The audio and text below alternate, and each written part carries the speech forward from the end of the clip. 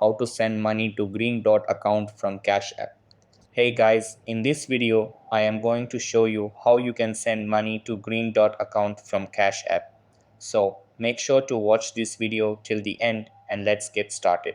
So the first thing that you want to do is open up the Cash app on your mobile and make sure it is updated to the latest version available. After that, sign into your account and you will be redirected to this page. Over here, you have to tap on your profile icon, which is at the top right corner of your screen. Then you have to tap on linked bank accounts. Over here, you have to tap on link bank. Then tap on continue.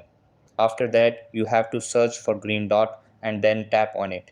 Then it will ask you to enter the credentials for a Greendot bank account. After that, you have to move back to the main page of the Cash app. Over here, you have to tap on the dollar sign, which is at the bottom left corner of your screen. Then just tap on cash out. After that, just enter the amount that you want to send. So that's how you can send money to Green Dot account from Cash app. That's all for this video.